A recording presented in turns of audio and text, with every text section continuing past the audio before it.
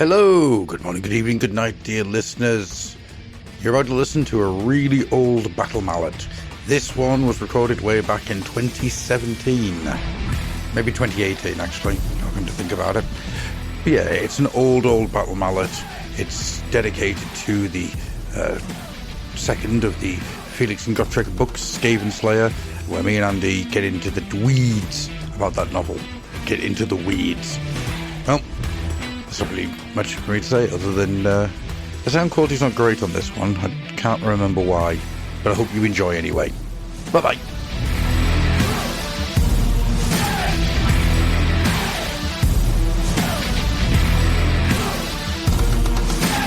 Welcome, ladies and gentlemen, to the darkest... I'm going to turn on.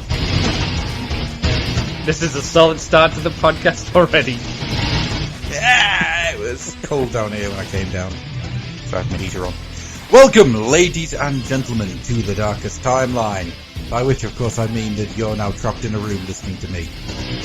But I'm not alone, because you're with me, dear listener. And I'm with you forever. But also there's Andy. Hello, Andy. Hello, other me, being you. Are you saying that by listening to this, the listener has become you? Well, no, because I'm not really here, because you're alone down there, so therefore I'm you. And therefore you are me. I was saying that we're a figment of each other's imagination. Exactly, neither of us are recording this podcast, so you, the person who's listening this, is actually listening to nothing at all.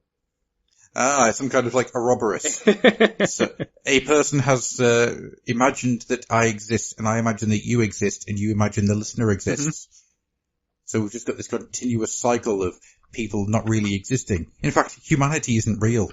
We're all just a butterfly dreaming that we're a man. Who is the dream, and who is the dreamer? Who is the biggest dreamer? The dreamer, or the dreamer who follows the dreamer?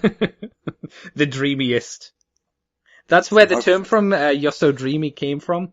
It wasn't that someone was so beautiful that they looked like they came out of a dream. It was the idea that they weren't even real. Hey, baby, you're so dreamy. What? Yeah, I'm not real. Oh no! And just fades out. Just disappears into a black hole. Yep. Just crunches right the way down. It's why you never tell someone that while they're holding like a vial of acid, because the acid will just drop to the floor. I'm going to try this. I'm going to make people hold a vial of acid. Or, a grenade. Is that what happened to Miles Dyson in Terminator 2? Oh, he's sitting there. He's got hold of the trigger. And then this policeman came in and went, "Oh, Miles, you're so dreamy." And he went, No, unfortunately, that's what happened in the later on versions of Terminator 2, where they ruined all of the previous Terminator movies, because he did definitely die there. He existed. While he was dying a bit like a vacuum cleaner.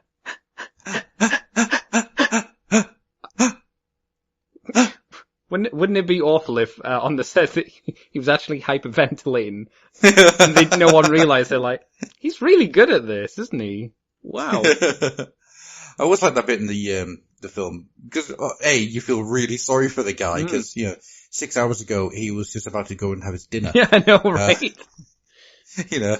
He was, I'm working, your dinner's ready. Oh, I'll be there in a minute. Excellent. Oh, look, here comes my child on a tiny trike. Ah, isn't my life great? I hope nothing changes. Why is someone shooting at me? Oh no. Do you think they ever went back and told his wife and child that Miles Dyson had died? No, because they hightailed it to Mexico straight afterwards. Yeah, that would have been a bad shock to them. It's like, oh no. Oh. What? Why has my husband not come home? See, the other thing about Terminator 2, we are going to get into topic at some point, I promise, is I feel sorry for the guy who has the little shed on the back of his van. You may not remember him, he's a very small character that doesn't really appear. It's after the helicopter takes out the armored truck. Right. Right? The T-1000 gets into the big truck. And this guy in this little tiny van with what looks to be a shed or maybe a doghouse on the back. Yeah. Yes. Are you guys okay? And this guy goes, we're taking your truck. What? No, okay. And then he almost gets run over by a really big truck. And he's never seen him again. And no one's ever going to believe him that this happened to him. They're all going to think he just got drunk and lost his truck somewhere. Yeah, his life's ruined forever, Well- and he's never even given a name. Well, wasn't the truck left in the, what's it called, the foundry? Is that where they Yeah. parked it? So, the police would find That's this where car they crashed eventually. it. Yeah. That's where they crashed it. And then it was covered in liquid nitrogen and then melted. Yeah, no, that's a good point. Would there be a license plate around after that point? Not particularly. I mean, you're barely going to have, like, the metal, you know?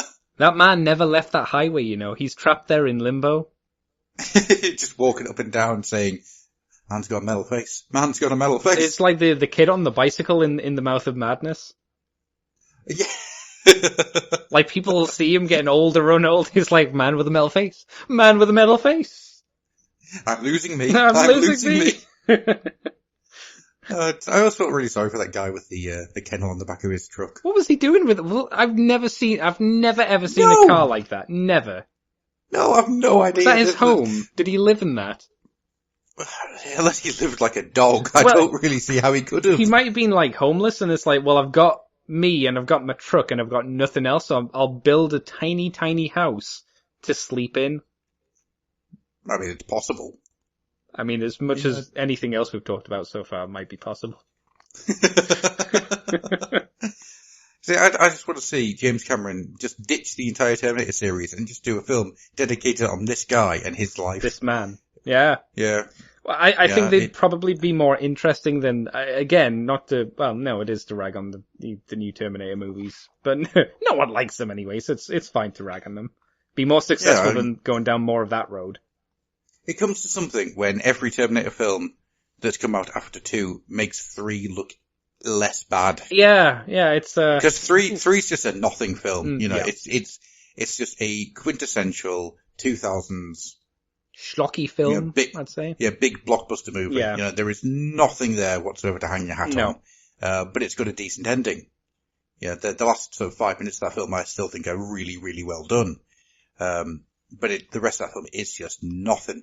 But every other film that comes out kind of notches it up another level. It's the weirdest thing. I mean, Terminator Salvation isn't a bad film. No, it's got some really good ideas and a great premise. But it looks, feels, and smells like a TV movie. Yeah, that's the problem with it. It's got Michael Ironside in it. It shouldn't be as nondescript as it is. And they did the smart thing of not using, like, real Arnie and using a CG Arnie, which I don't think looks terrible, especially for the time it came out. And it makes him look less human as well, which is, again, not a bad thing. Mm-hmm. Yeah, and, you know, they burned the skin off pretty quickly. Yeah, exactly. Which is, it's all fine. Yeah, the bit where he steps out and he's all like, look at me, it's young Arnold Schwarzenegger. Mm-hmm. That's really cool. Yeah, and when they did it with, was it Genesis? Oh, yeah. Yes, that's right. Yeah, they did it again with Genesis and it just didn't work as well. It was weird. No, it still didn't look too bad because they redid the entire scene, but it wasn't, there's just something off about it.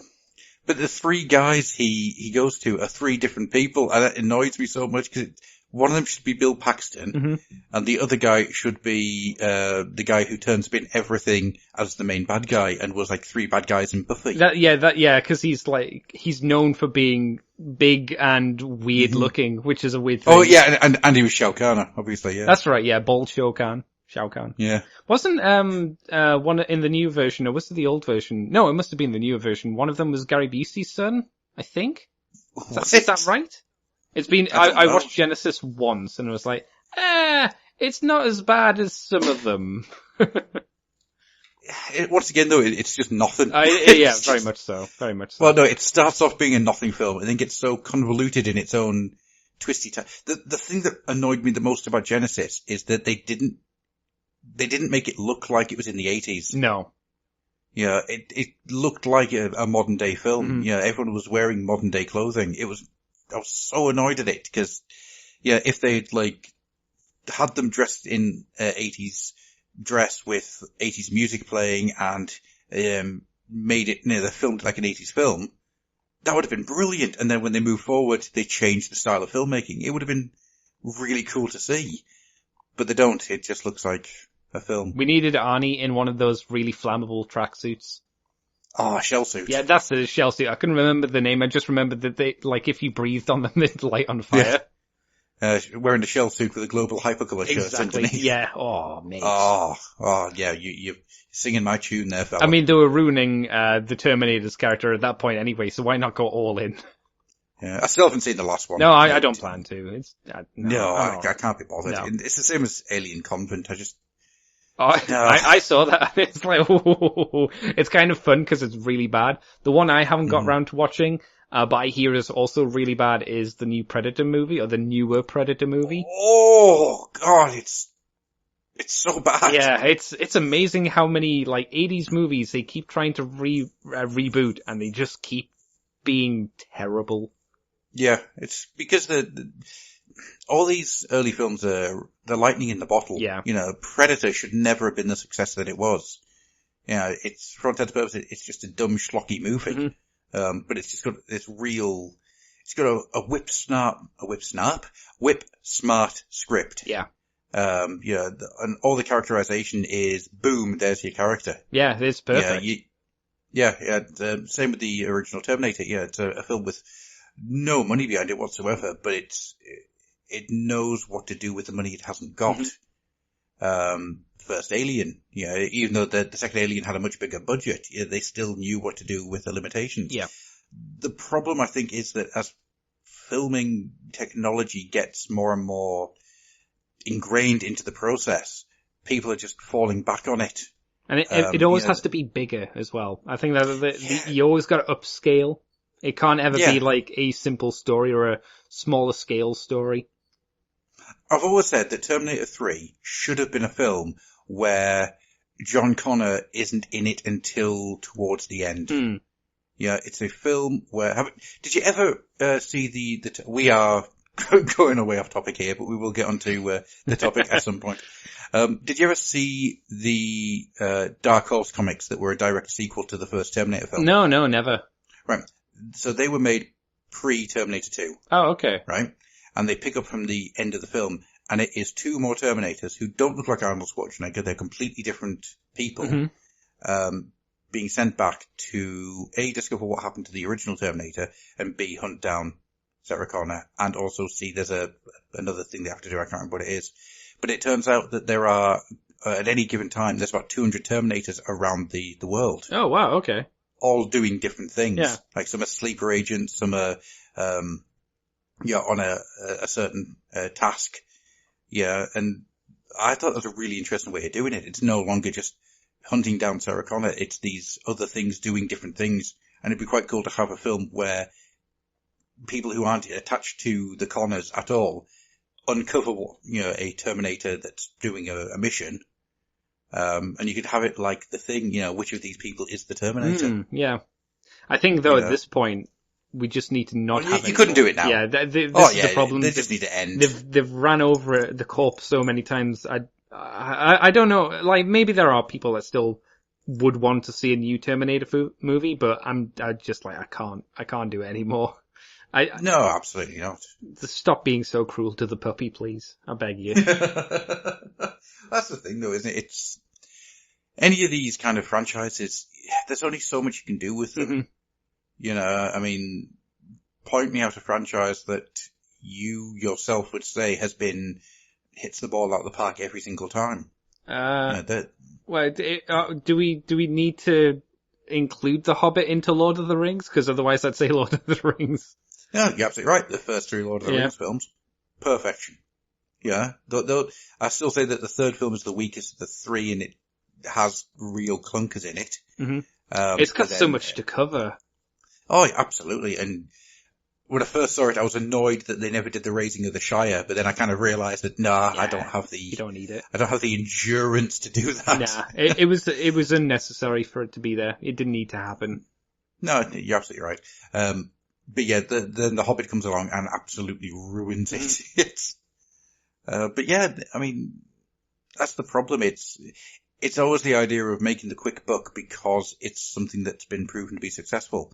And it's never successful a second time. It's why I'm concerned of the Amazon Lord of the Rings show? Yeah. It's because that could go downhill really quickly. I think they're spending a lot of money on it, and I think the idea is they're going to have the raising of Numenor as like one of the first big things, which could be really interesting, but then might go down like the hey, have you seen Game of Thrones before, guys? And I'd be like, I don't.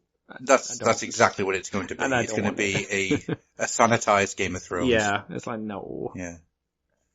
I mean, I don't know if you've seen anything of it, but the Watch series based on the Discworld novels. No. Yeah. No. I've had to remove myself from anything that comes out about that. All right.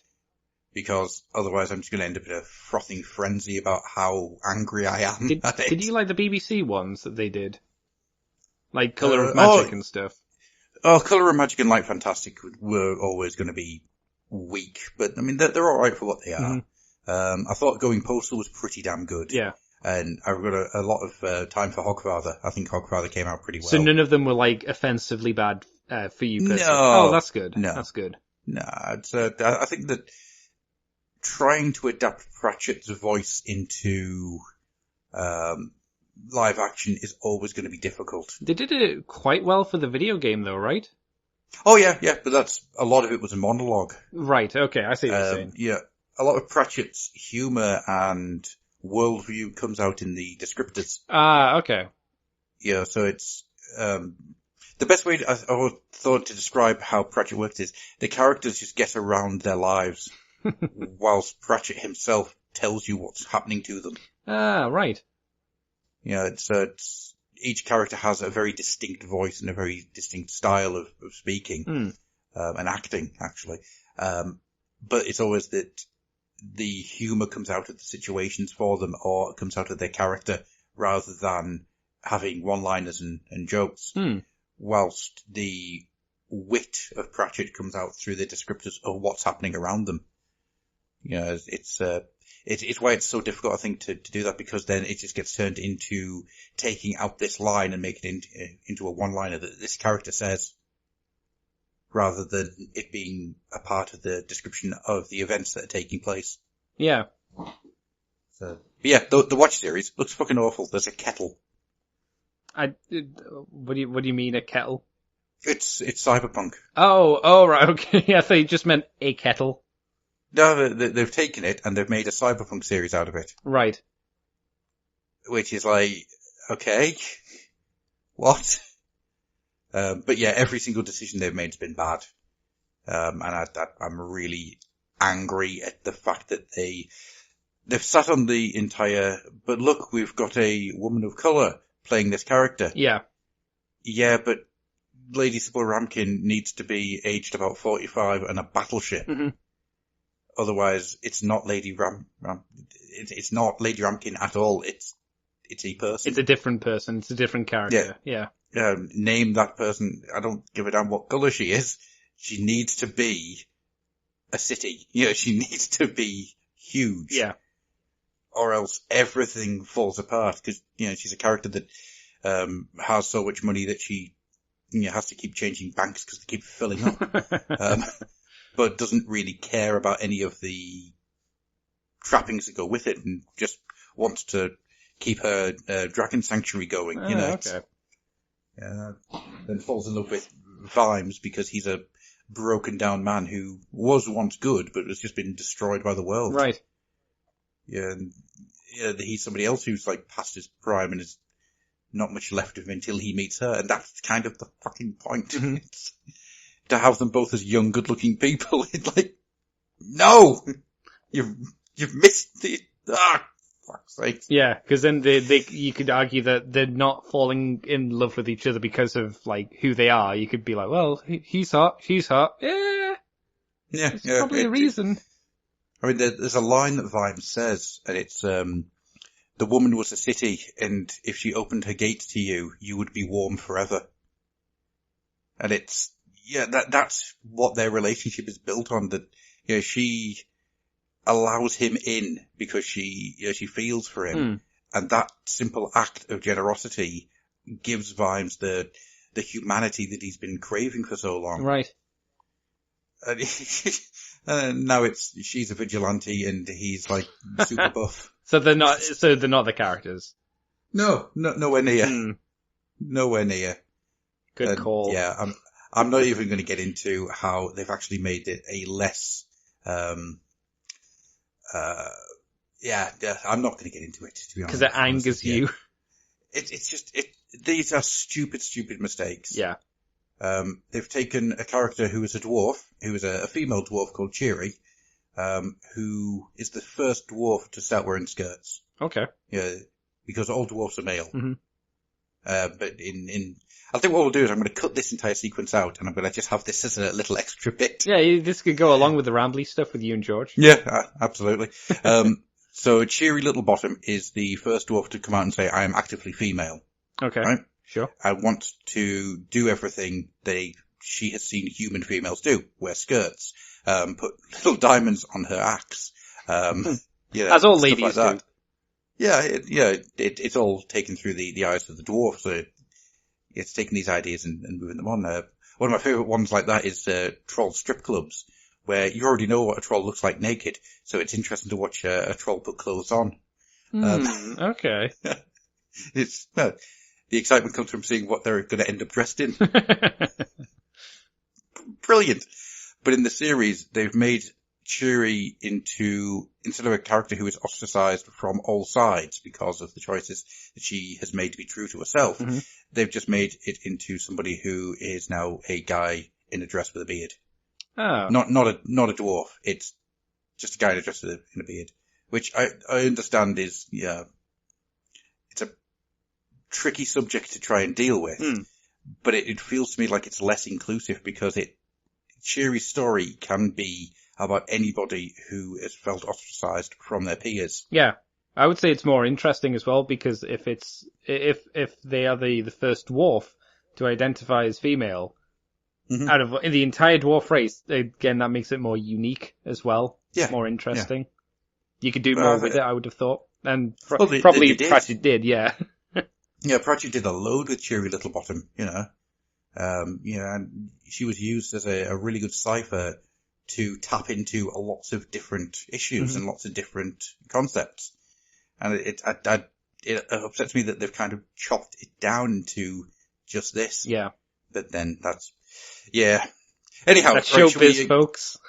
It angers me greatly. Right, shall we actually get on with the show? Sure, yeah. I'll start again. Hello, ladies and gentlemen, and once more, welcome to... Well, actually, this is the first time we've called it this. Welcome to Under the Auspex, a Patreon show from the Fluffenhammer, where we, as in me and Andy, get knees deep into a certain topic, usually surrounding a film, book, possibly games down the line, Ooh. Something transcendental to Games Workshop's board games and tabletop experiences. Last time we did Trollslayer. This time we're doing Skavenslayer. Yay! So, the Felix to my Gotrek, it's Andy. It's me. Hi. Hello. Second introductions and all. Yes, well, shut up. Don't pull back the curtain too much there, Andy. I want to see your sexy legs, though. There's so much hair. There really is. How do you feel being the Felix to my Gotrek? I think that's appropriate. You've got all the knowledge, and you're pulling me along into the world, and I'm just I'm not writing anything down, but I'm just like, oh, very nice. Also, I'm short and hairy. Yeah, that was too. Yeah, you've got a lot more beard than I do.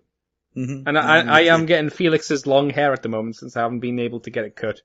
Since lockdown kicked in. Like, the day before lockdown kicked in, I was like, I need to get my hair cut. I'll get it done tomorrow. Lockdown happened, and went, oh no, I really needed it done. And now we're like, 4 months later, yeah. It's like, oh my god, it's so long. It's like wearing a hat every day now because of the sun. Well, what you want to do is get some pig fat ordered from Amazon. Okay. And give yourself a Wayne Static Cell spikes. Oh god. See, I thought you were just going to say, like lotion yourself up in pig fat and slide down the street. Well, I mean, you could do that as well, yeah. Yeah, it depends how much pig fat you order, I suppose. Oh, you can never have enough pig fat. Like, this is my entire vart of pig fart. Big fart. Vart and pig fart. I was trying to go for an accent and failed miserably. That's fine. So how are you today, Andy? Better, because it's not quite as oppressively warm today, so that's definitely a plus. Yeah, I'm fairly good. I'm now like going, hey Adam, where's the next Gotrek book? And you're like, I don't know. I'm like, I don't care. I want it now. Audio format, of course. They seem to come out sort of every 6 to 8 months. I think. But you know that's not good enough for someone who wants the next one right now. No, it's not. It's why at some point I think that we're going to have to start doing the Cyphers Kane books because we might struggle here. It annoys me that there's tons and tons and tons and tons and tons and tons of books I would love to talk about, but none of them are an audiobook. Yeah, because I know that you talked with George and Tom on the last show about Gloomspite. Yeah. That sounds really interesting. It sounds like a great read. It's not a listenable, enjoyable read yet, unfortunately. No, and one of the reasons we're doing this is if we do it through everything that came out in audiobook, it means that no matter who you are, you can kind of get into it. Yeah. Yeah, you can either get the book or you can get the audiobook. So there's a couple of different options open. But yeah, Gloomspite is so good. What do you, here's a question for you. What do you think the reason is, or how do you think they decide what to put onto audiobook? I think it goes Horus Heresy, obviously. They obviously choose that because it's just, they've been doing it for years now and you kind of need to complete it. So what do you think the reason is for choosing the books that they do? Do you think it's sales numbers or writer dependent?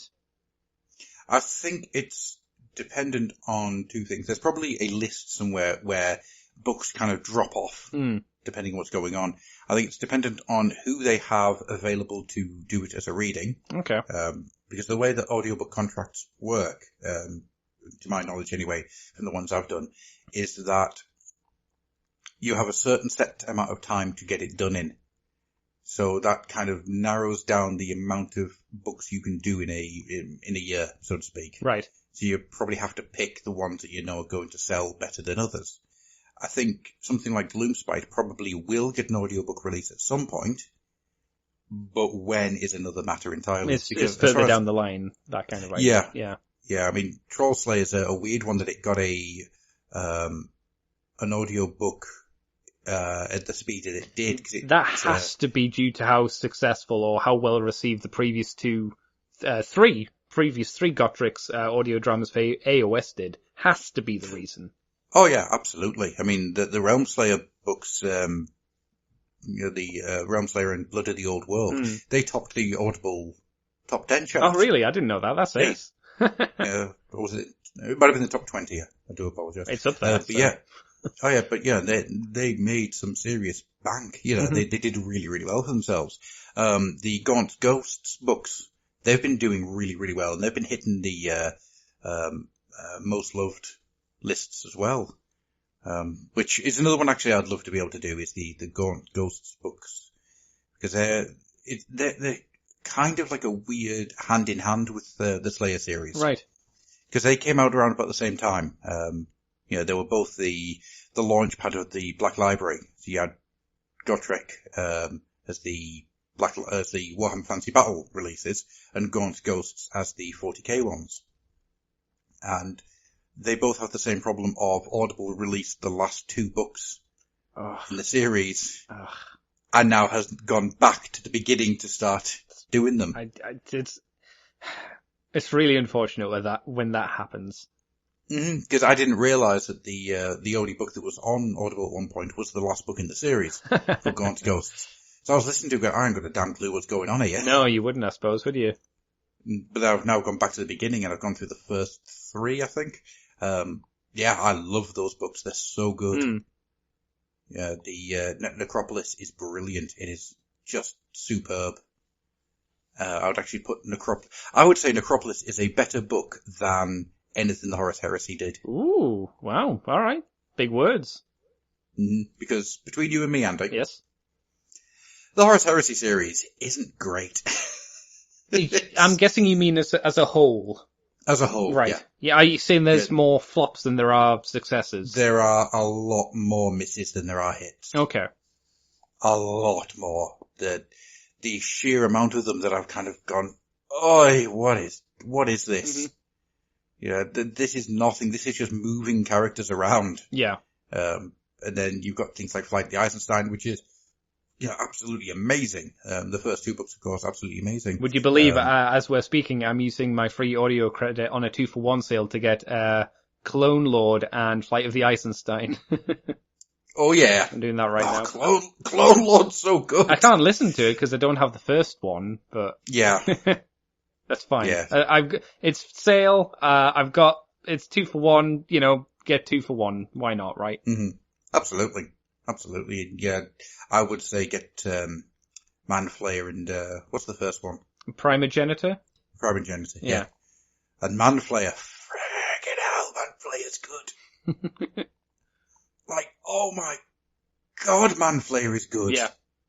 Is it a trilogy? Is it a full series? I can't remember. It's a series. Okay. It's there's 3 books. I mean, Manflayer ends. Yeah. This series of books. It is. Yeah, it's come to an end. Yeah, I couldn't remember if it was one of those things where it's like, these are the 3, now I'll move on and do something else, or whether it was like, okay, we can keep going with Fabius. Mm-hmm. I mean, I don't see any reason why they couldn't go back and do more with him. Mm-hmm. But for this kind of wraps up stuff that happened in the first book. It is, that particular arc is done. Mm. And oh god, it's so good. I would love to tell things about it, but I'm not going to. We should actually probably talk about Skavenslayer. Yes, actually. Yeah. I was just like, oh yeah, we haven't actually talked about the book yet. Oh, never mind. So, what we're going to do is we're going to get into Skavenslayer, which is the second of the Felix and Gotrek series. Woo! Set in the Warhammer Fantasy universe. First published in 1999. Oh god. Second edition was released in 2003 and was included in the first omnibus released in 2006. In the introduction to the 2013 edition of Trollslayer, William King spoke about how he wrote Skaven's Claw as one of the 3 novella-length stories, after being commissioned to write a full-length novel featuring Felix and Gotrek. The other 2, Mark and Slanesh and Blood and Darkness, were published as part of Trollslayer, while Skaven's Claw became the first chapter of Skavenslayer. And I think I've spoken in the past about how Skaven's Claw was in the first ever White Dwarf. That's right, yes. I think you said that the last time we talked about Trollslayer. Did I? I think so. Yeah, so it's weird how much Skavenslayer is lodged into my brain because of it. Mm. So going into Skavenslayer, what were you expecting? What were you thinking it was going to be about? I mean, other than the Skaven. Yeah, and the slaying of said Skaven. I kind of knew that it was still going to be kind of episodic stories, kind of linked together, because that seems to be the format. But I hoped it was gonna be a bit more tied together than the Trollslayer book, because I think we mentioned that one of the issues with Trollslayer was it was individual stories, but didn't really tie together very well, and it wasn't the greatest like flow of just a story going from point A to point B, because it went everywhere. So I was hoping this was going to be more locked in, and it was, since it all takes place in Nuln, where the oil comes from, of course, which we all love. So yeah, I that's kind of what I expected. I didn't expect it to be as funny as it turned out to be, because it's a lot funnier, I think, than Trollslayer. Yeah, there is a very black sense of humour that takes place in this one. Yeah. Well, it depends on who it is. The Felix and Gotrek have a very black sense of humour when they're on screen, but when the Skaven turn up, it turns into absolute slapstick. Yeah. It's just farce. Yeah. But even the wording a lot of the time when the Skaven are about, was it bludgeoning 2 babies at the same time? Which is one of those ones that just passes you by. And, what? I mean, me and Abby listened to it nightly when we got it, and Abby absolutely lost her shit when what was the name? The landlord, Felix's landlord. Oh yes. He gets eaten by Bone Ripper. Yeah. I'm not so rough here, Jacob. Yeah, so she assumed she was getting pulled in for a passionate night with Felix. Yeah, you got a throat ripped out. It's a passionate night. Of sorts. Yeah, the blood was up on the ceiling. Wait, ba ba ba. So, shall we go through story by story? Yeah, sure, yeah. Okay, so we begin with Skaven's Claw. Having reached Nuln, Gotrek and Felix are broke. Still, they are wanted men in the city of Altdorf, so the only employment they can find is literally at the bottom. They become sewerjacks, watchmen who patrol the city sewers for goblins and other threats. During a patrol, they encounter a band of Skaven and kill several, but Felix sees their leader meeting with a man who flees the scene. Above ground, Felix is invited to his dinner by his older brother Otto, who runs the Nuln branch of the Jaeger family business. Felix is surprised to be offered a job within the family, and sorely tempted, even though accepting would mean renouncing his oath to stay with Gotrek. In the restaurant, Felix recognizes another diner as the man from the sewers, and Otto says he must be mistaken. That man is Fritz von Halstead, the head of Nuln's secret police, renowned for his fanatic devotion to Nuln's ruler, Grand Countess Emmanuel, the Elector of Wissenland. And of course his equally fanatic hatred of heretics, mutants, and non-humans in general. He would be the last person to ever consort with Skaven. However, von Halstead is indeed working secretly with the Skaven, regarding them as useful tools and the lesser of two evils in his never-ending hunt for threats to his beloved Countess. Worried that he might have been recognized in the sewers, he persuades the Skaven leader, Grey Seer Thanquol, to track down the sewerjacks and eliminate them. The other members of the Watch are killed by Skaven assassins, but this only convinces Felix that he is right, and he and Gotrek find a secret entrance to the sewers in the basement of von Halstead's mansion. While Felix is riffling through von Halstead's office, he is confronted by the man himself, and meanwhile in the hallway, Gotrek is confronted by Thanquol and his monstrous rat-ogre bodyguard, Bone Ripper. They are formidable opponents, but Felix kills von Halstead in a duel, whilst Gotrek splits Bone Ripper's skull in half with an axe. Thanquol flees, but vows revenge against the pair. Gotrek and Felix escape the house ahead of the Watchmen, but not before Felix burns it down, along with the secret dossiers on known citizens. Fleeing through the sewers, Felix reflects that he and Gotrek will have to lay low for a while, and he will not be able to accept Otto's job offer. Felix finds himself to be oddly comforted to be remaining with Gotrek. So what did you think of Skaven's Claw? Pretty good introduction. I don't know about you, but when I was listening to it, I kept picturing Otto as looking very much like Basso Profunda from Carnage in C Minor from that really terrible Transformers series episode. Yep, yeah, I can see that. Yep. Chunky boy. It was good. It was nice to see Felix interact with his brother. And it was a bit tenuous, and he becomes a regular character to pop up in in this series, in the book. Yeah. Is this the first time that we had Skaven, someone writing Skaven in the way that they talk? Pretty much, yes. So he was the guy that effectively created the Skaven speech pattern. Yeah, that's great. That's because that's super. This is then very historical for Warhammer lore and stuff for setting that up completely. It was a solid introduction. I've got a feeling that there were little bits and bobs before it, right. But I've got a feeling that they were also written by William King. So, one of those things. But yeah, I love the way that the Skaven talk. Yes, it's always been a fun thing. Mm-hmm. Run quick! I did find to begin with, the way that, I've forgotten the name of the narrator. Jonathan Keeble, does the Skaven was a little off-putting to start with and took a little while to get used to. Oh, really? Okay. Just because it's so high! I'm sorry, it's so high! But I think that makes sense because they are described from, I think Felix's point of view as someone to have quite high voices. Yeah. In the Skaven tongue, so I can see where he went. But then he also does the lower ones as well, so I think he has range depending on the Mulder Skaven, who's very deep and burbly because he's all fat and hungry. Yeah. But I want to put a little bit more throat into it, I think.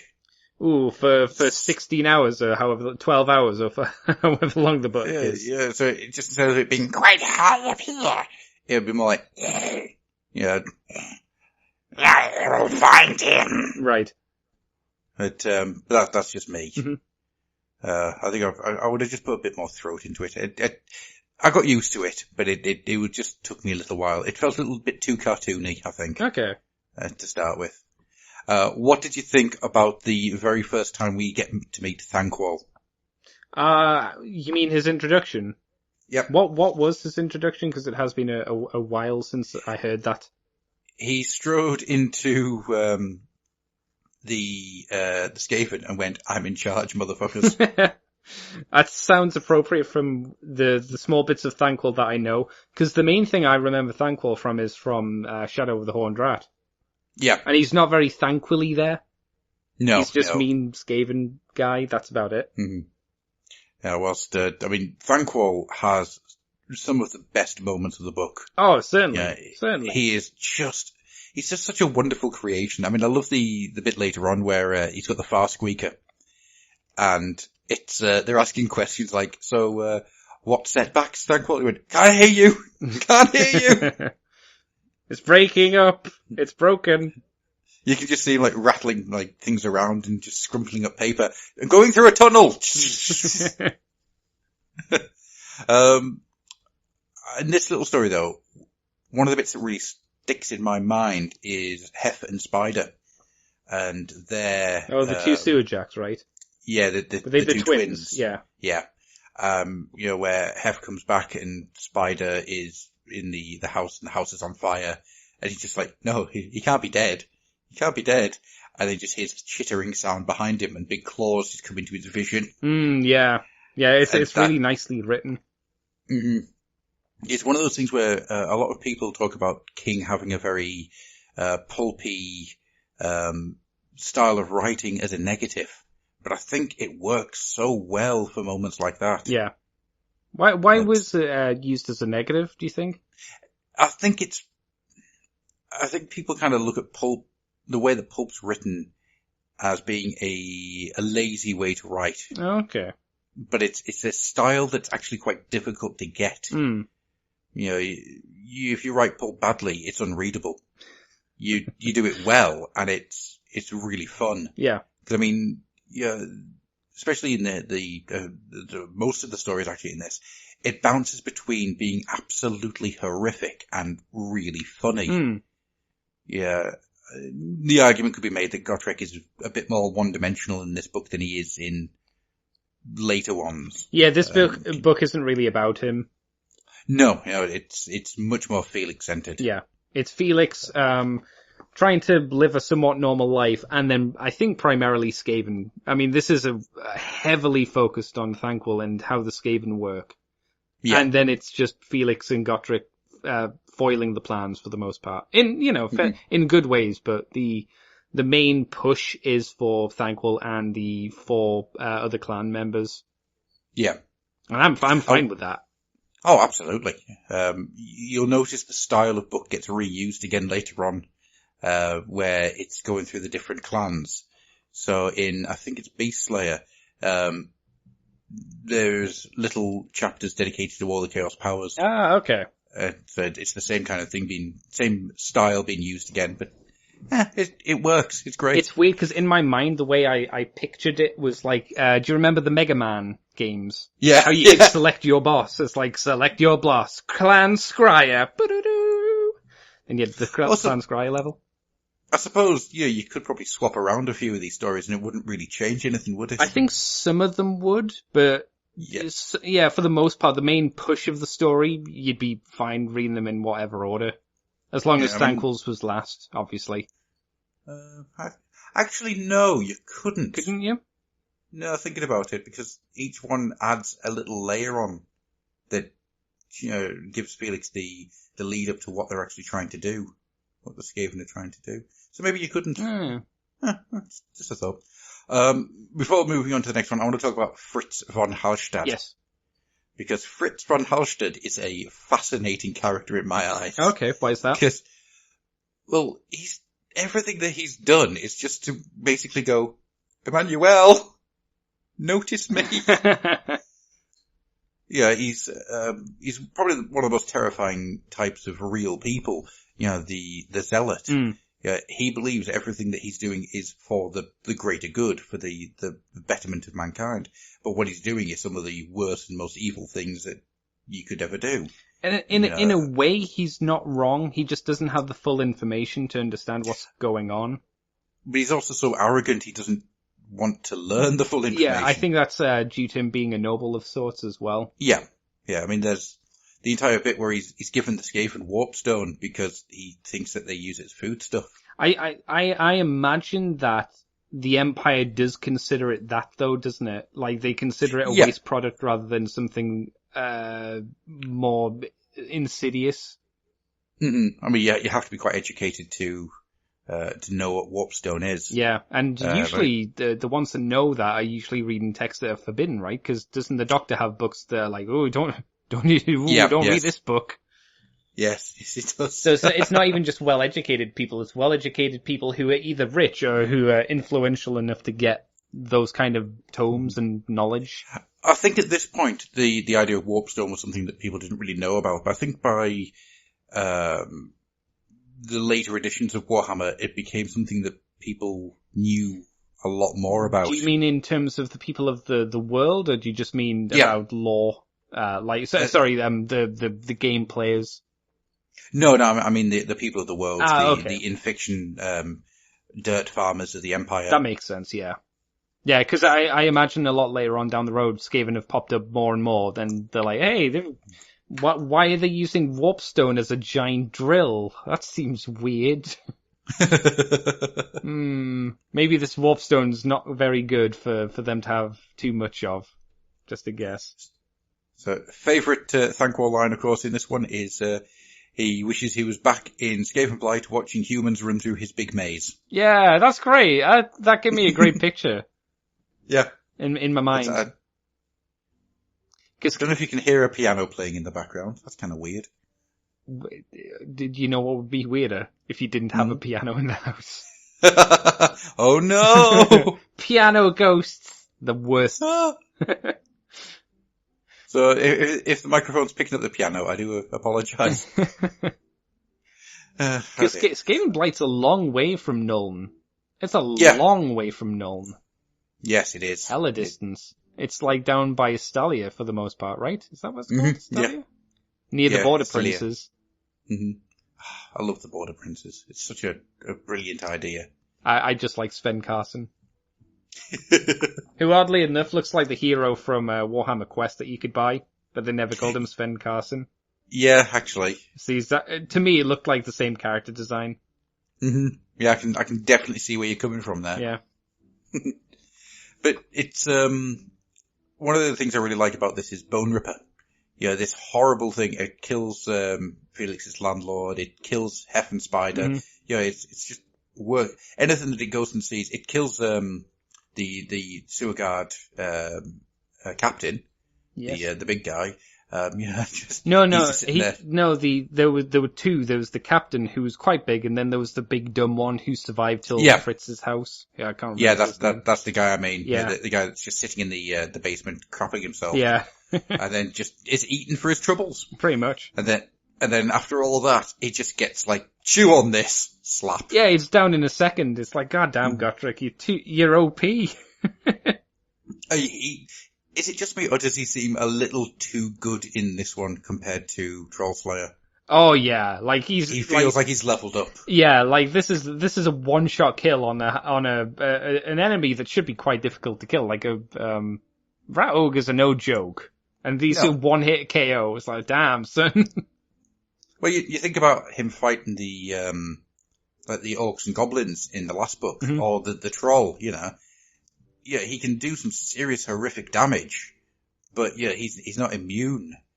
But in this one, he just seems to be like this walking engine of destruction. Yeah, someone put in /God mode and press enter. Yeah, it's bizarre. I mean, he lost his eye in the last book. Yeah, to a goblin rider. Mm-hmm. Yeah. Yeah, it's weird. Do you think he was just playing around with the idea at this point of how strong Gotrek could and should be. Yeah, Gotrek settles down to a power level in the next book. Right. Yeah, it's a bit more obvious what he is capable of doing. Mm-hmm. I like to think that it's just Skaven are generally so easy to kill, and he just gets angry whenever he smells them. Well, like if we're just talking about storm vermin and like clan rats and slave rats, yeah, 100%. But the rat ogre should be a bit more of a push. Yeah, I totally agree. It's funny. It's a really funny moment, but yeah, you kind of come back to it and go, huh. It's a funny moment though, so I can't really knock it for that. Did you feel that this story felt older or different in the writing style to any of the others? I'm not sure, but I definitely, while I played the images in my head, it's weird because it had more of a sepia tone in my mind's image of what things were looking like, than probably like, I don't know whether that was the setting or like anything else, but I pictured it, and it's I guess it's probably a testament to the writing, it being washed out, like it was almost drawn on parchment. Okay. That's quite cool. I like that. It may amuse you to know that Skaven's Claw is the one I've always wanted to see somebody animate. Oh, okay. Yeah, I think that it would work really well as an animation. There's not a lot of areas as well to make. Yeah. So it's because it's contained, you've got the bar which they keep going back to, you've got sewers, graveyard, few other houses. It's not vast wildernesses and lots of other kind of big open like trees and foliage and all that stuff, so it'd be probably easier to work with, I think. Yeah. Well, I mean, you think Skaven's Claw, what have you got? You've got Halstead's Mansion, you've got sewers, and you've got a couple of streets. You got the church as well, if I remember. Yeah, but that's in another story. I'm just meaning Skaven's Claw by itself. Okay, then yeah. Yeah, you've got probably 3 locations, maybe a bit more. With Thanquol's place as well. Yeah, that's true, yeah. But then you just reuse sewer background. Cheapen out. Absolutely. Yeah. So, moving on. Gutter runners. After quitting the sewer watch, Gotrek and Felix now work as bouncers in a seedy tavern. What's the tavern called? I was going to call it the Sweaty Bottom, but it's not called that. It's the Blind Pig. I was almost right. A job only marginally more pleasant. Beneath Nuln, a Skaven army is amassing to invade the city. Its temporary commander, Thanquol, is furious to receive orders from the Council of 13 to turn over command to the warlord bringing his reinforcements, and resolves to lead the army and claim all the glory for himself, no matter what. Already vengeful against Gotrek and Felix, Thanquol is alarmed by a soothsayer who claims the dwarf and his magic axe will be Thanquol's doom. He sends elite Skaven assassins to kill the pair. I've written elite in commas, by the way. Skaven assassins to kill the pair in the tavern, but luck allows Gotrek and Felix to evade and ambush them. The leader's assassin, Chan Squick, escapes, trying to think of the best way to blame the failure on his subordinates. So what was your thoughts on Gutter Runners? Again, interesting.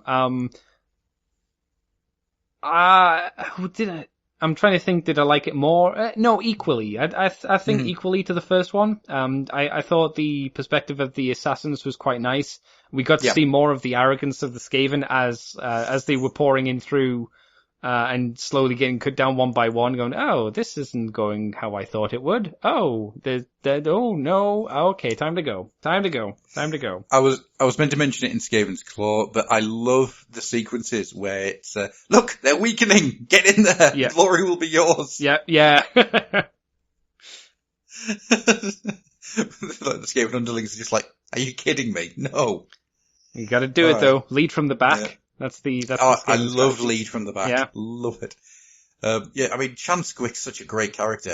When he's talking about how, he's learnt when he was appalling to snatch coins from blind beggars in the middle of the street. They were apparently very proficient in martial arts themselves. And weren't blind. No. Just getting his ass whooped.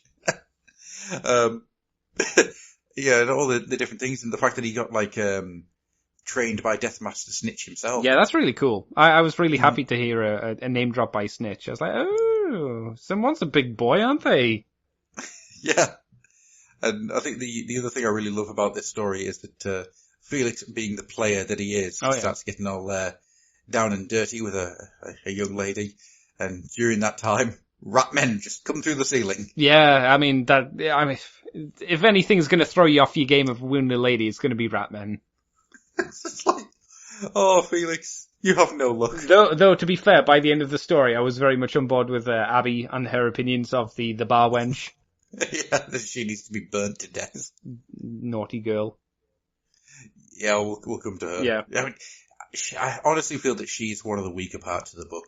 She is, yeah. Her story and her arc, it could have been... She doesn't have an arc.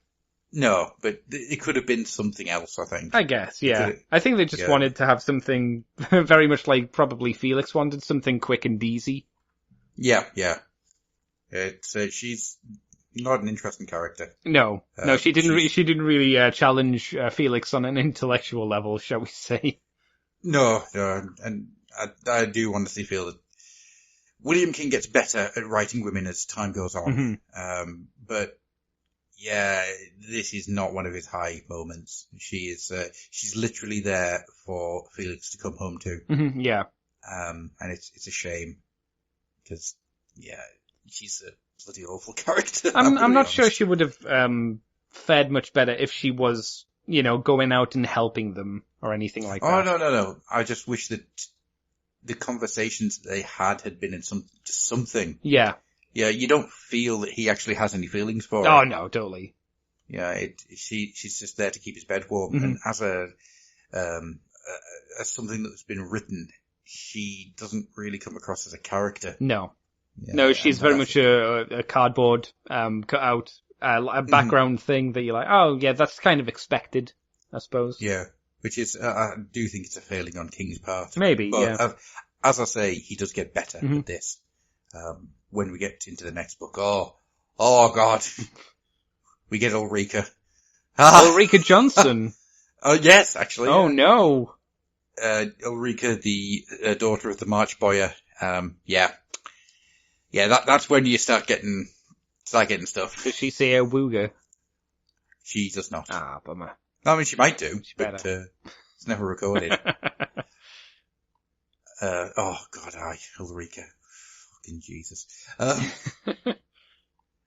Is there anything else about Gutter Runners that jumps out? I'm trying to think. I do like that Skaven tries to attack somebody on the toilet and is destroyed by Gotrek, who just walks out the toilet. Yeah, well, don't... Just comes out the privy. No! Slap. I've always said to myself, like, if there are any people who are trying to kill me or, like, monsters trying to eat me, I'm like, let me finish on the toilet, then do it.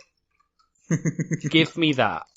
The toilet should be a sacred place where you go, you poo, but you don't stay there because that's cheating them.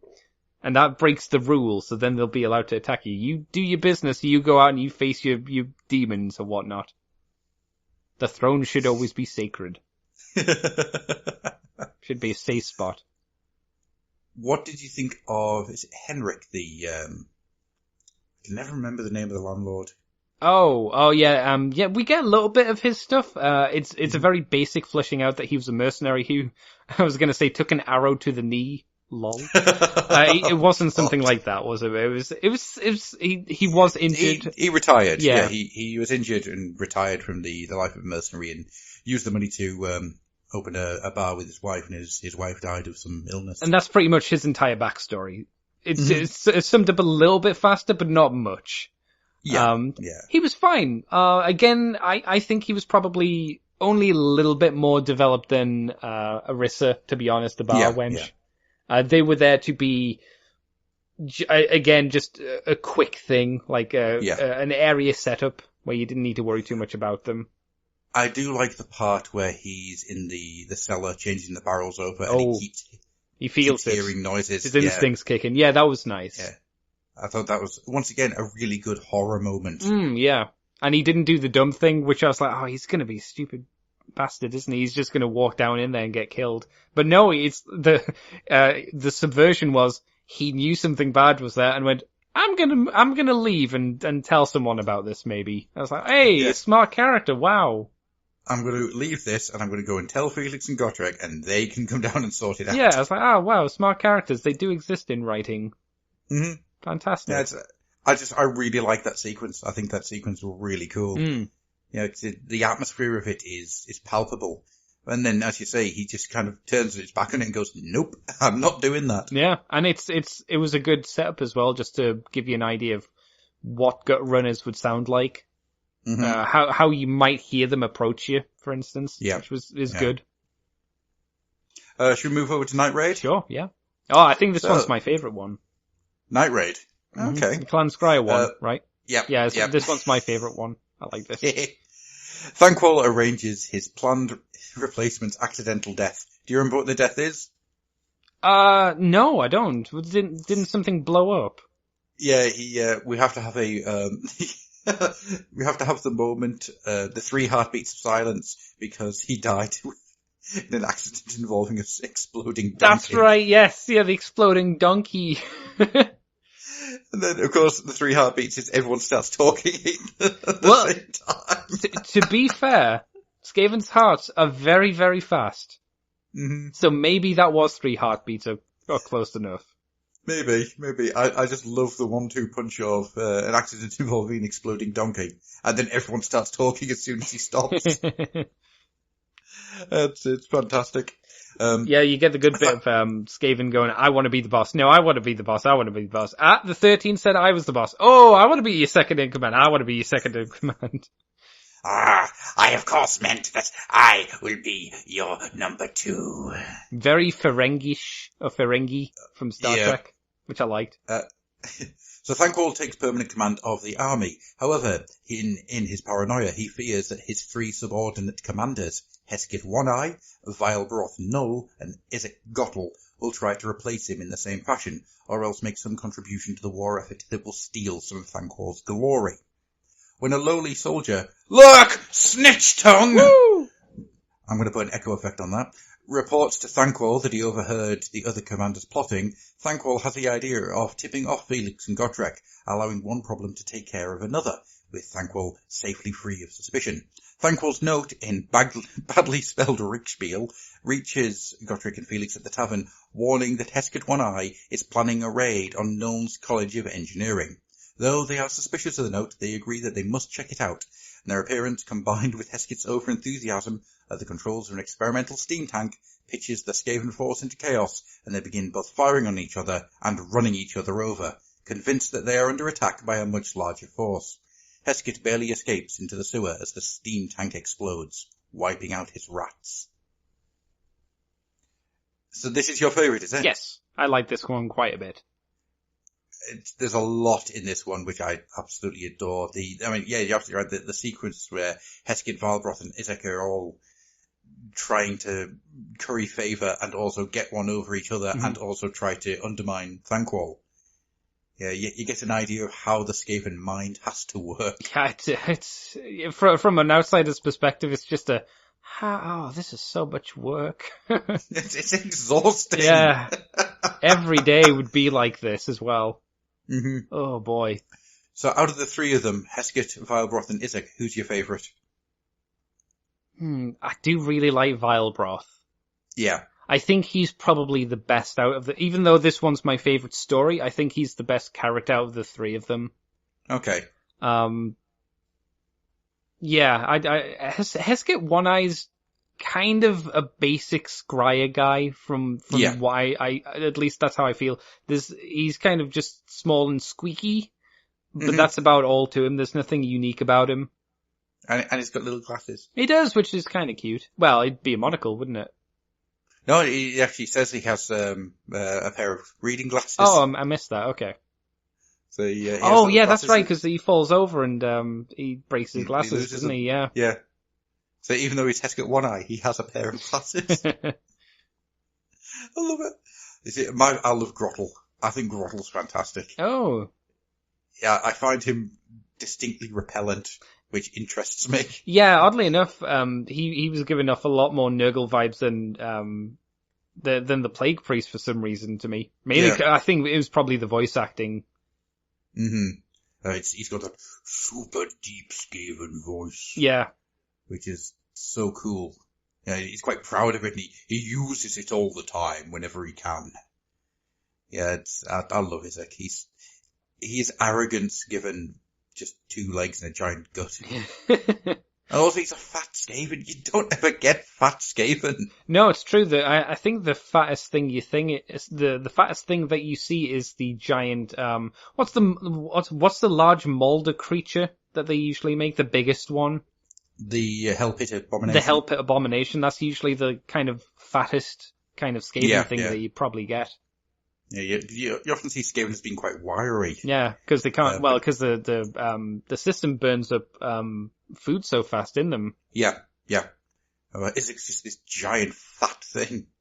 I love him. I think he's brilliant. He's always eating though, isn't he? That's how he got so big.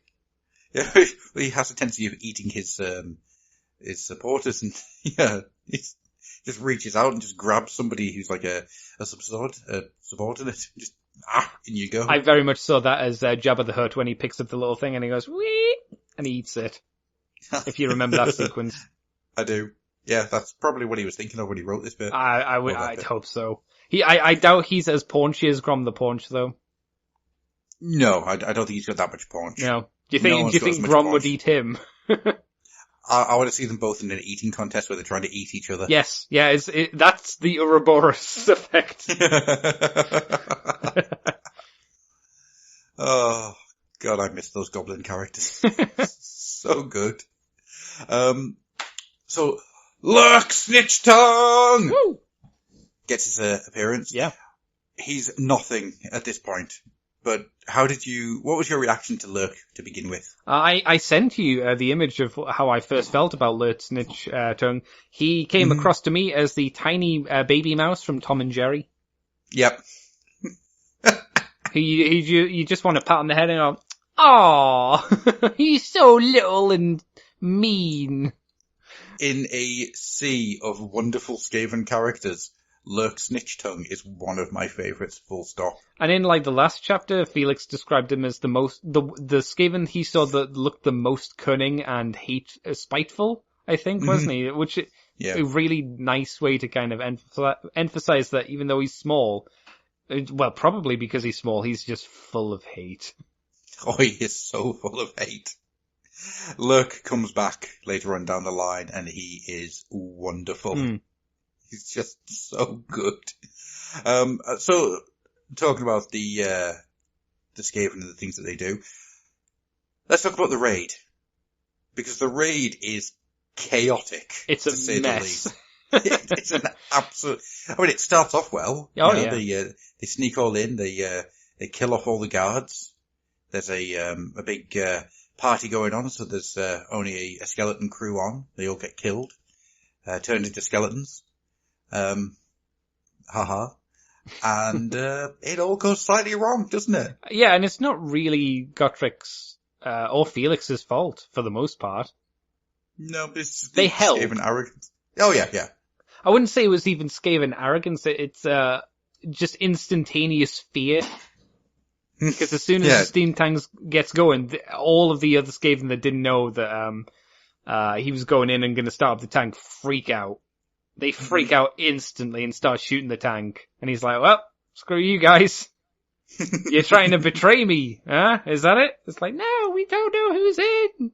Yeah, I love that. Who are you?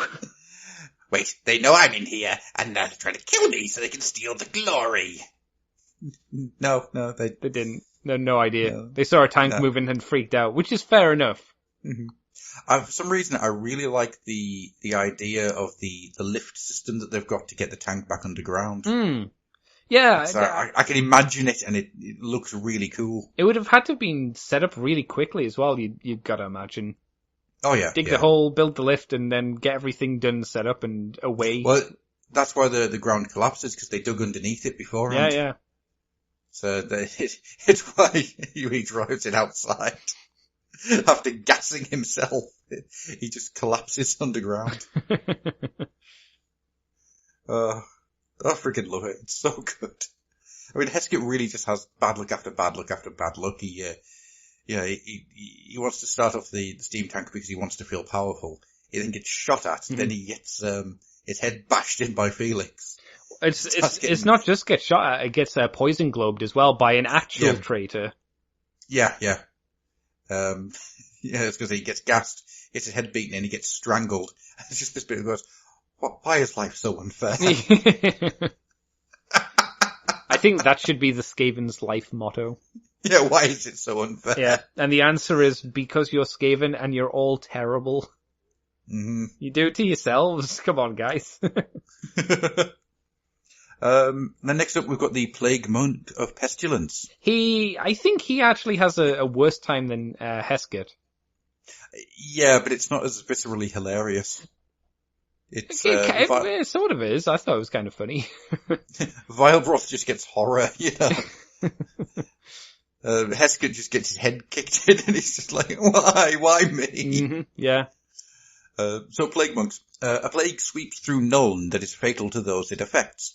Thankwall receives word from Lurk that the plague's the work of Vilebroth Null, and again he sends an anonymous note to Gotrek and Felix. The problem is, none of them know from where in the city Nuln is operating. When a barman at the tavern, Alyssa, whom Felix is enamoured with, begins displaying symptoms, Felix takes her to a doctor recommended by his brother Otto. Dr. Drexler, a learned man, diagnoses Alyssa with a mild cough, not the plague, and gives Felix some useful hints about tracking the spread of diseases, especially how to distinguish between the real illness and the psychosomatic elements that always accompany outbreaks of plague. Between Drexler's advice and some patient investigation of the pattern of the victims in the city, Felix deduces that the plague is originating from a hiding place in the city cemetery.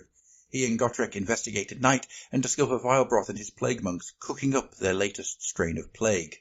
A vicious battle ensues, where Felix and Gotrek kill the monks and smash the magic cauldron. Vilebroth escapes back to the main Skaven lair, unwittingly carrying the plague into the Skaven ranks. After their encounter with the plague carriers, Gotrek and Felix burn their clothes and undergo a rigorous cleansing under Dr. Drexler's supervision. Felix is amused to see Gotrek, who had previously boasted about the invincibility of the dwarf's immune systems, wearing one of Drexler's herbal amulets around his neck. Gotrek sourly says he's only being prudent, since dying of disease will be no death for a slayer. So this is your favourite character, is this Vilebroth? Yeah, I think he's the most interesting out of the four lieutenants, but obviously, our boy. What, Lurk? Our second boy. There we go. Our second boy. So what is it about Vilebroth that makes you like him so much? He's got a lot of, the way he talk, again, it might be a narrator thing as well as the actual writing for him, but it gives a good image of how he looks. This really decrepit, gross, monk with bits of his own fingers falling off into a pot was quite an interesting, thing to read. The idea behind that reminded me a little bit of, what's it called? Brain Dead? Peter Jackson. Oh, yeah. You know, where the old lady has her ear fall off into a porridge or something. Mm-hmm. Same idea. So I like that. Yeah. Nice and gross. The rest of the Plague Monks weren't anything. They were just kind of crazed fanatics. He was the kind of center point of the story as he talked to himself, and you got the description of him going through the process of experimenting on his rats, as he puts his rats into his pot of goop and just kind of throws them into another cage. Yeah. Makes them throw up over each other. Yeah, and poo and pee. Mm-hmm. Then, when they get ill and die, he then throws them back into the cauldron. Yeah, exactly. Well, recycling. You gotta use what you can. So I just sent you a picture. The one on the one in the purple. That's how I saw him. Load. Oh, okay. Yeah, I could see that. I'll stick this picture in the release as well. But that's kind of how I saw him. I always see him as being that miniature. And you know what the problem with this miniature is? It's that meme image of the 13 Council, which goes, "I can't fucking see." With the Fu Manchu. Yeah. At least the other one on the left has little eye holes. Yeah. I can't fucking see. It's a nice mini, old school mini. Yeah, very, very old. I really like the sequence set inside the cemetery in this one. The actual cemetery, or when they go into his lair. Well, actually both. I really like the entirety of the Gardens of Moor and the Priests of Moor. It's an area of Warhammer that never really got a ton of screen time. No, so to it's speak. barely been touched at all. I know, and this is off topic, but I know that a modder has modded in a Moor unit into Total War Warhammer. All right. I think it's using the not Balthazar Guild. Guy with a mustache. Oh, God, I'm gonna have to look him up because I can't remember his name off the top of my head. Yeah, unfortunately, guy with mustache does not narrow it down. I'm afraid. No, I'll have to look it up. But they remodeled his unit to have more in common with the Morph side of things, which I thought was quite nice. That's really cool. I like that. It's and I found the priest that they talk to a very nice character as well. He's got this really black sense of humor that nobody gets, and you can just kind of feel the sadness that nobody understands him. He keeps making jokes, and everyone just kind of looks at him and goes, "What? You're a monster." It's like, no, you work with death all this time. You gotta have a bit of humor to it. Come on now. And I like the fact that you see Felix doing some actual detective work as well. Not massive amounts, but yeah. No. Yeah. It's just enough to be interesting. And then, of course, the big highlight of this chapter for me, Dr. Drexler. Sorry, side note, the guy I was talking about was Volkmar the Grim. Oh, all right. Okay, that makes sense. Yeah. That makes a lot of sense. He has a mustache, by the by. He does. He really does, yes. Yeah, I was saying Dr. Drexler. I love Dr. Drexler.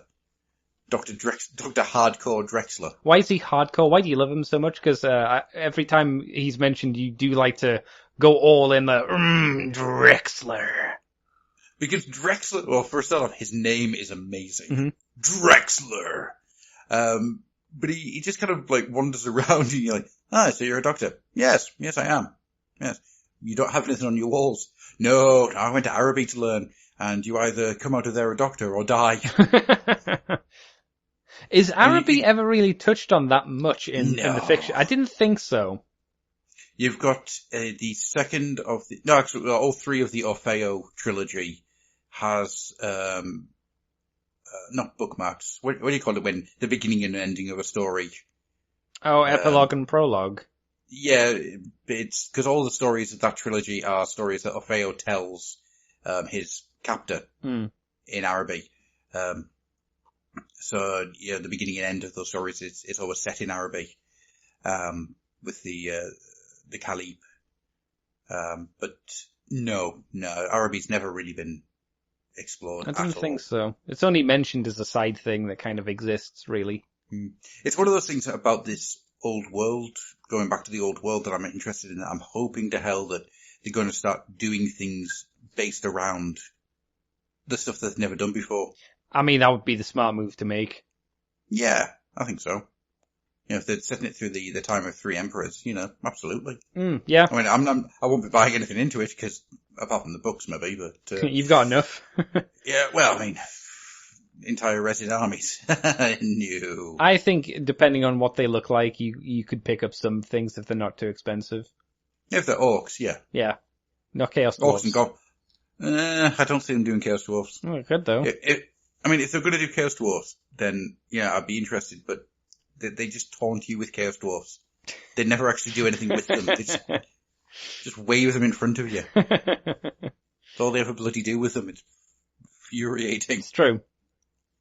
Yeah, so Drexler, he's got all this knowledge, and yeah, he comes across as being somebody who, in normal everyday circumstances, can get out of a situation, whether it be thinking his way out or fighting his way out, or as we find out later, using a little bit of magic. Yeah.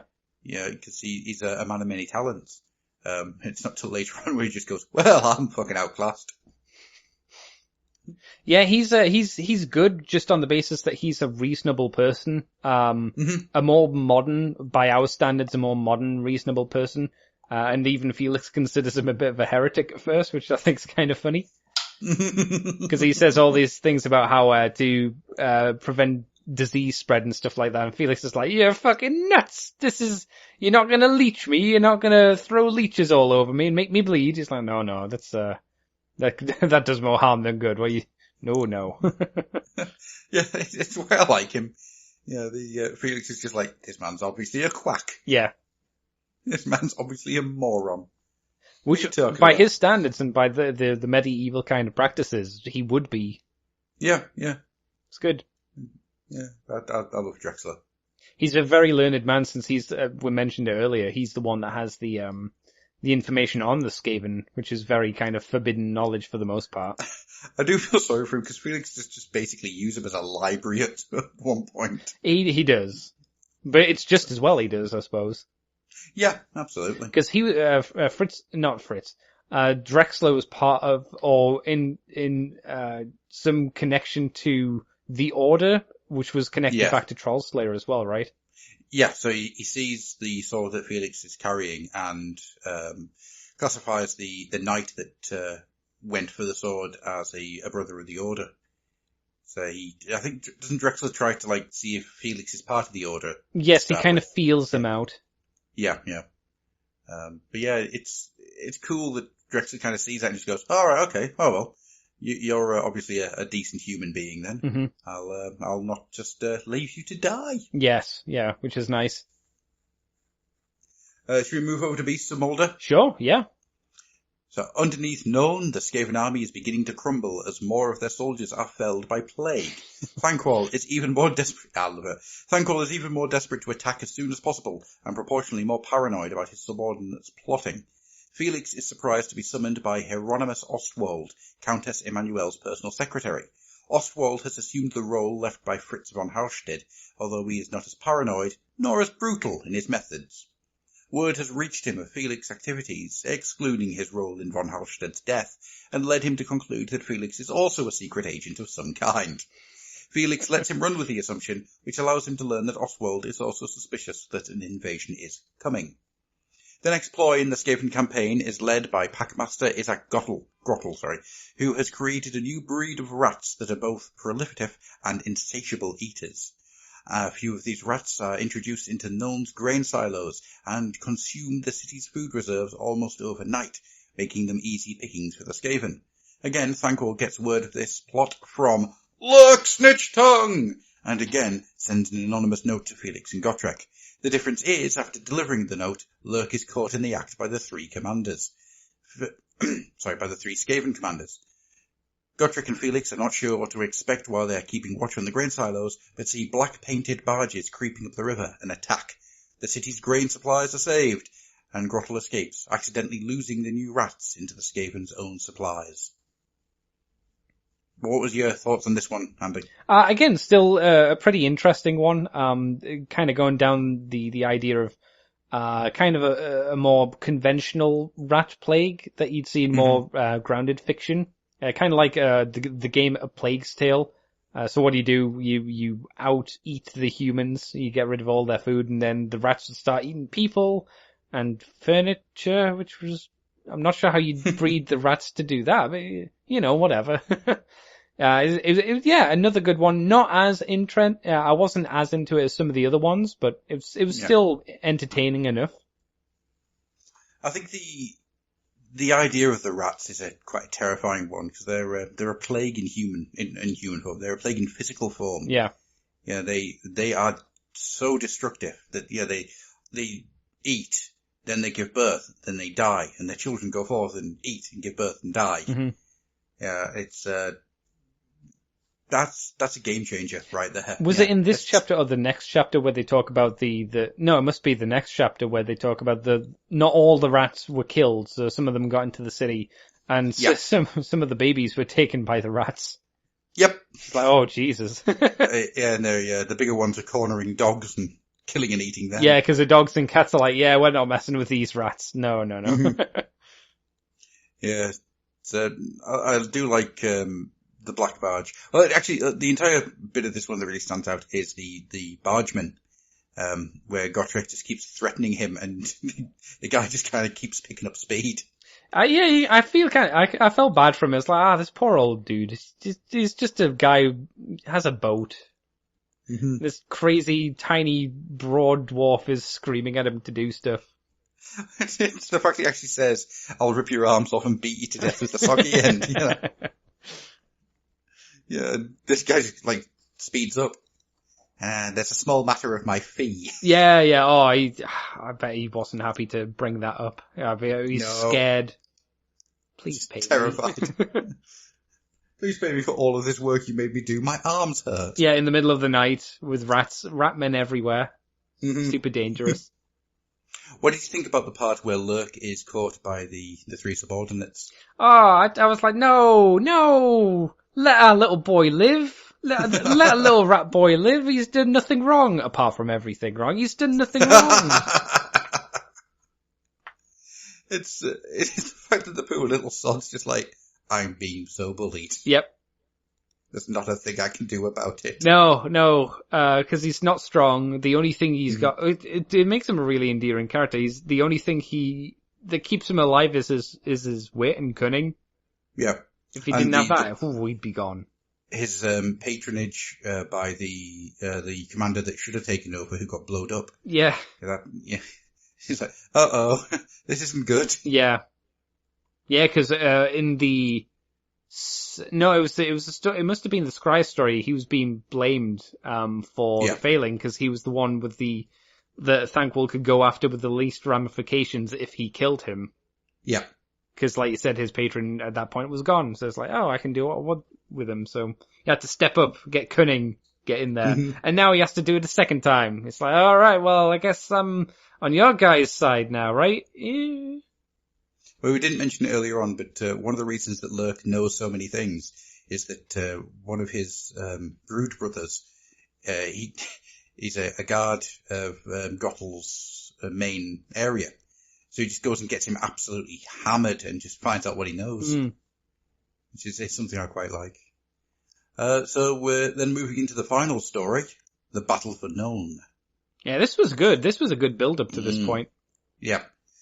After several weeks, things are close to breaking point with both sides. Although Gotrek and Felix's actions prevented any new outbreaks of plague, it's still spreading throughout the city. The recent bizarre events have also upset the town people, who are afraid that something terrible is coming, although they don't know from where. Part of the reason why Felix has been unable to tell anyone the truth about his and Gotrek's encounters with the Skaven is that no one will believe him, since the majority of the Empire's citizens believe the Skaven are mythical, or else became extinct centuries ago. Nevertheless, Felix shares the whole truth with his brother Otto. You're not joking, are you, Felix? Including his and Gotrek's role in von Halsted's death, and urges Otto to leave the city with his family before the invasion Felix sure is coming. Otto believes Felix absolutely, but decides to stay in Nuln.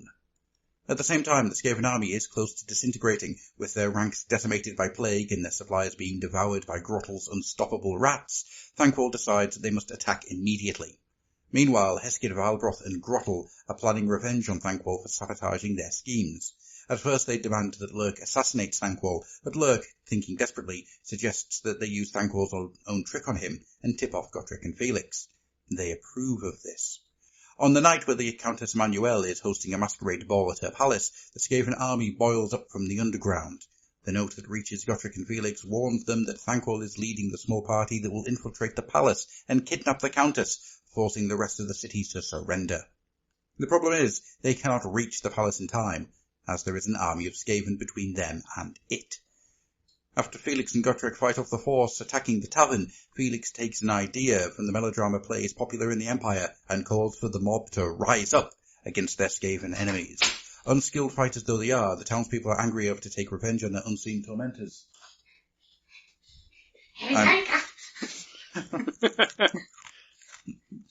Thank you, Abby.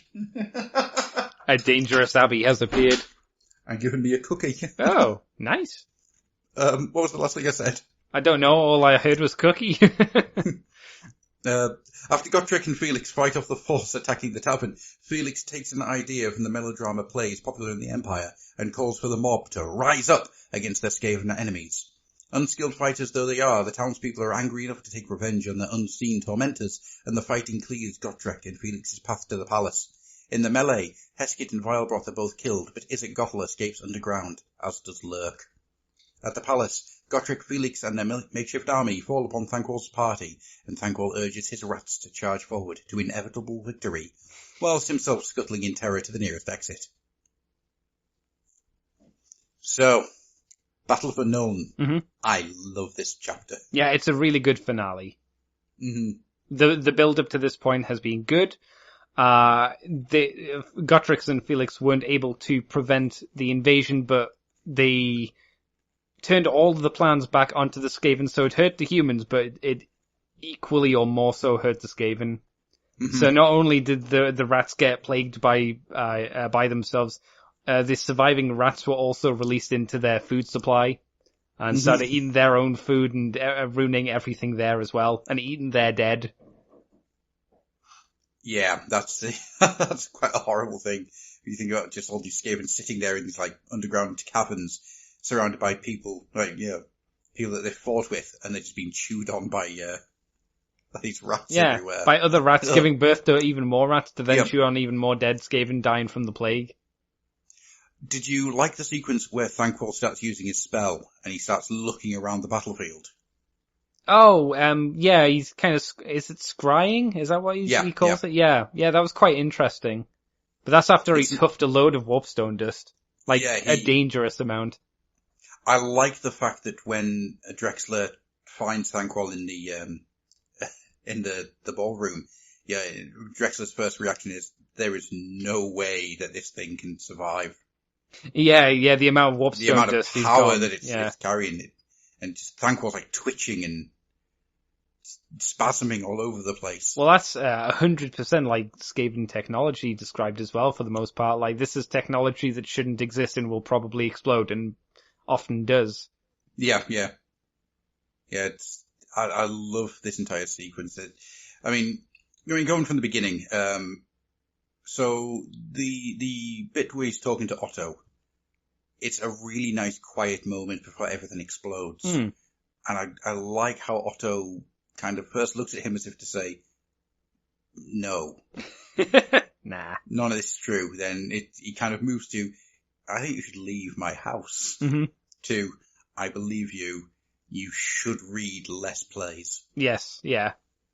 Yeah, I like the discussion between them. So what's it like living as a hero or an adventurer? And he's like, yeah. Yeah. Lonely. Yeah. Cold. Dirty, smelly. Drunk. And I quite like how it's that they feel like brothers at this point. Yes. Yeah, you definitely felt that they'd grown, the two of them, compared to when they were definitely estranged when they first met each other again, which was nice, and there was that nice character development between the two of them. Yeah.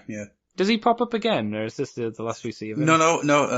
The Jaeger family make reappearances. Otto specifically, or just... Yeah, Otto comes back. Okay, that's good. Otto, I think he's in... You don't see him for a couple of books now. Right. But when he comes back, he's there for quite some time. Ah, good. Well, I mean, it makes sense because he's there to rebuild Nuln. He's lucky he survived, really, the Skaven onslaught, but as a businessman, it was the right choice. The idea behind it was he was going to stay behind and help the people rebuild, and they buy the furniture from him, and he survived, and that's exactly what he did, so he probably made a fucking killing, I would imagine. Yeah, more than likely, yeah.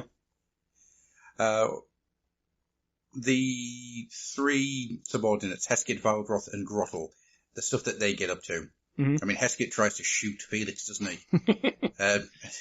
And Thanquol is, no siree. Yeah, just a weird screamy ghost that stops him and then shoots the rat ogre in the head, which makes the rat ogre go nuts. Yeah. It's like, why? What are you doing, Thanquol, you idiot? Yeah. Well, he wanted them to kill each other off. Yeah. This was Thanquol's terrible plan to begin with.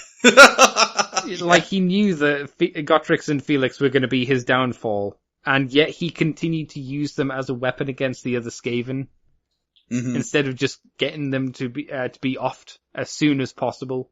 Yeah. Yeah, it's... Oh, Thanquol, you just have too many tricks and turns in your plans. The worst enemy of the Skaven are the Skaven. Yeah, absolutely. They will ruin themselves before anybody else can. I think this is something that got lost with the Skaven over time, where they are just so self-destructive. It's something that's definitely come back in Age of Sigmar, where for all intents and purposes, the horned rat is the chaos god of entropy. Yeah.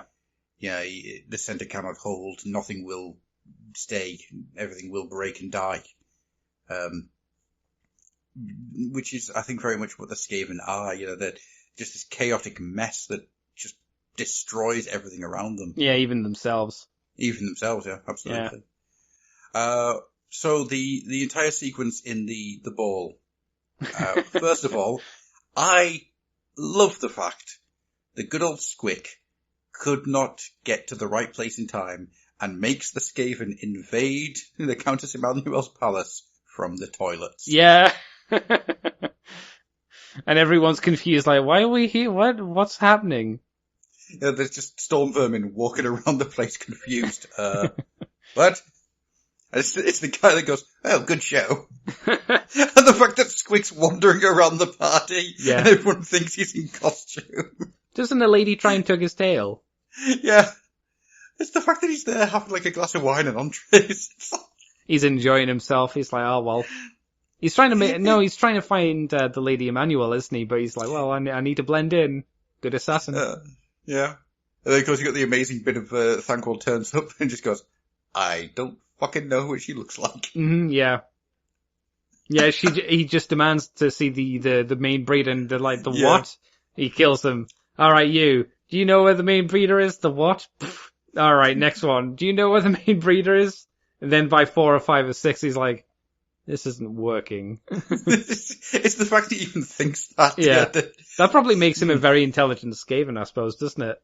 Yeah, actually, it does, because he is a very intelligent Skaven. It's Yeah. just by Skaven standards. Yes, he was also off his face on warp dust drugs, so. Oh, yeah. Yeah, he was absolutely gone, yeah.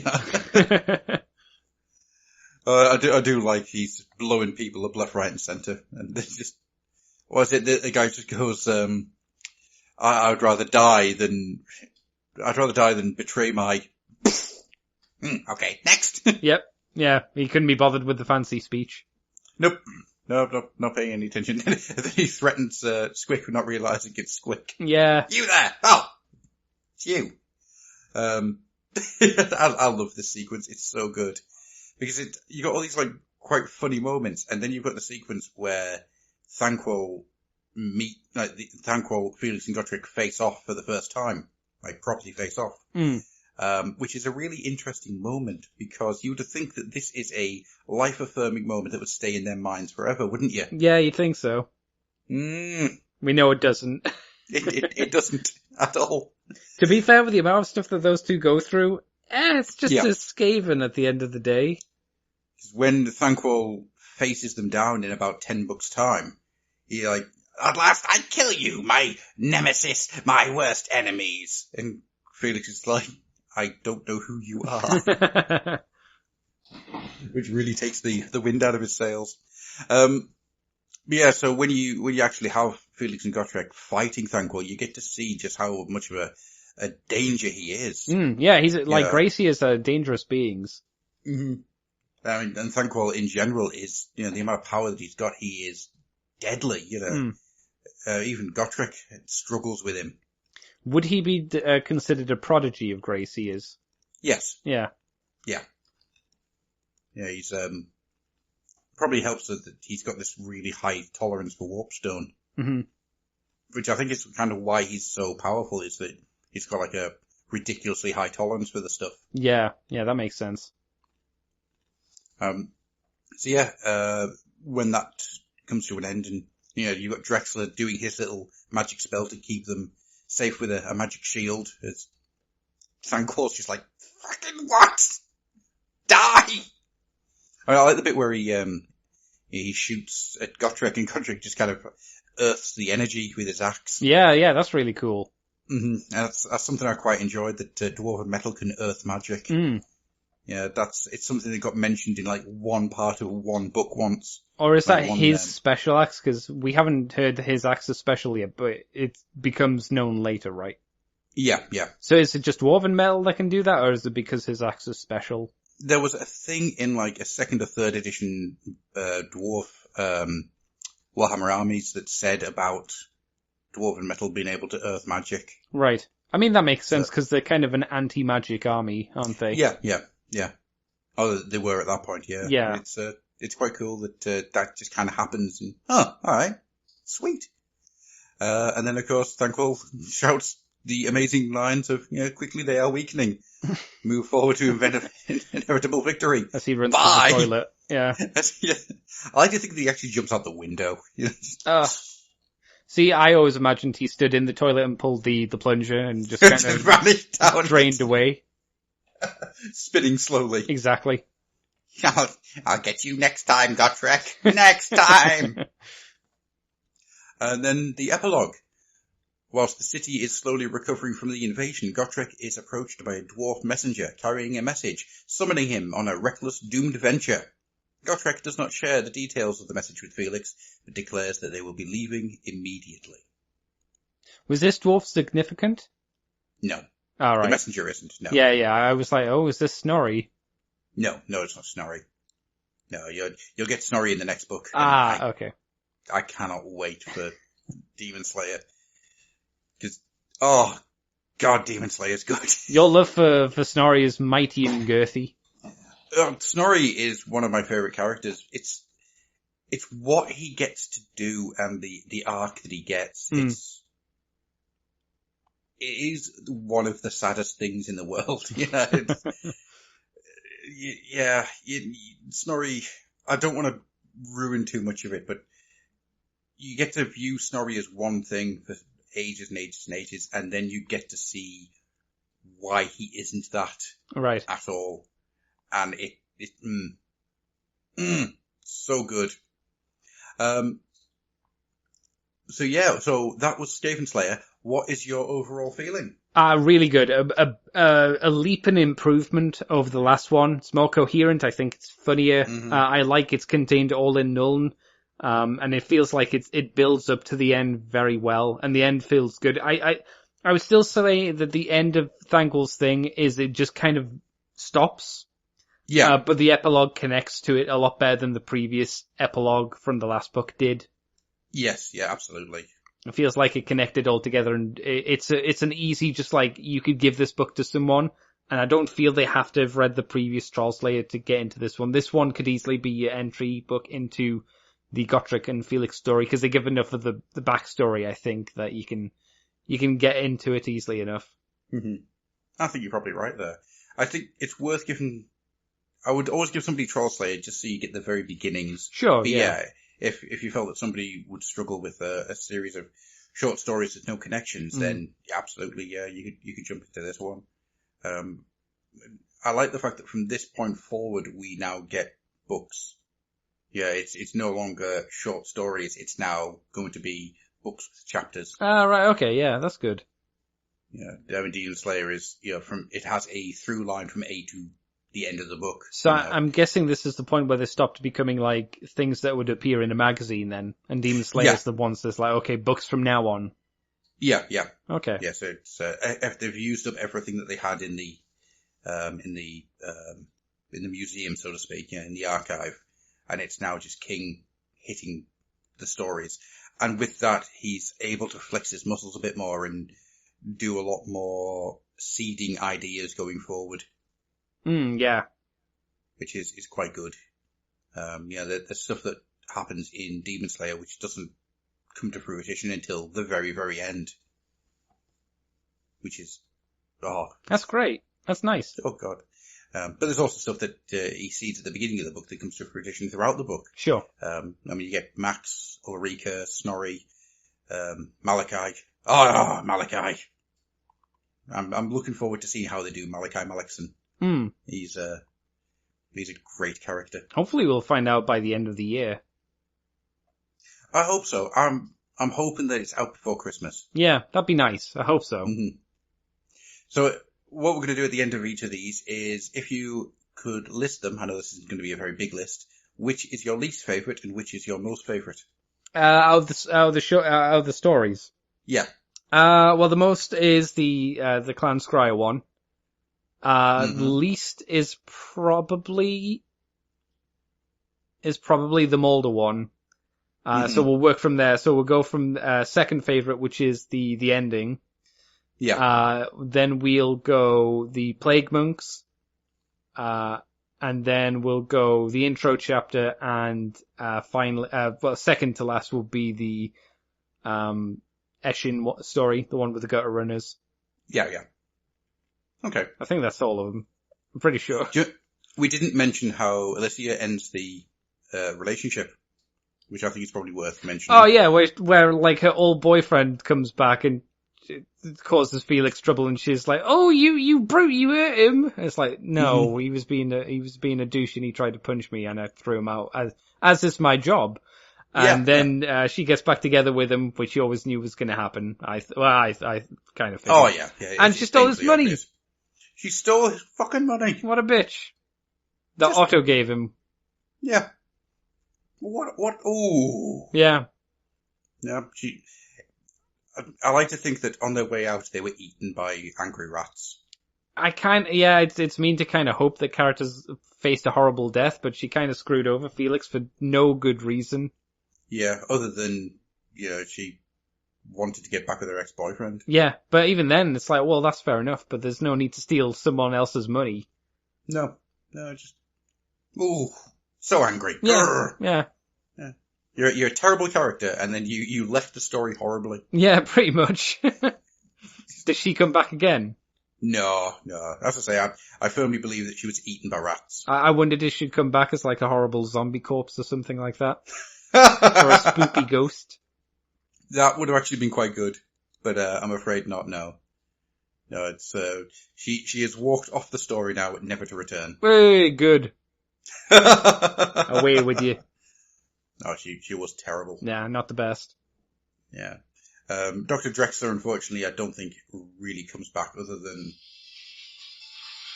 Sorry.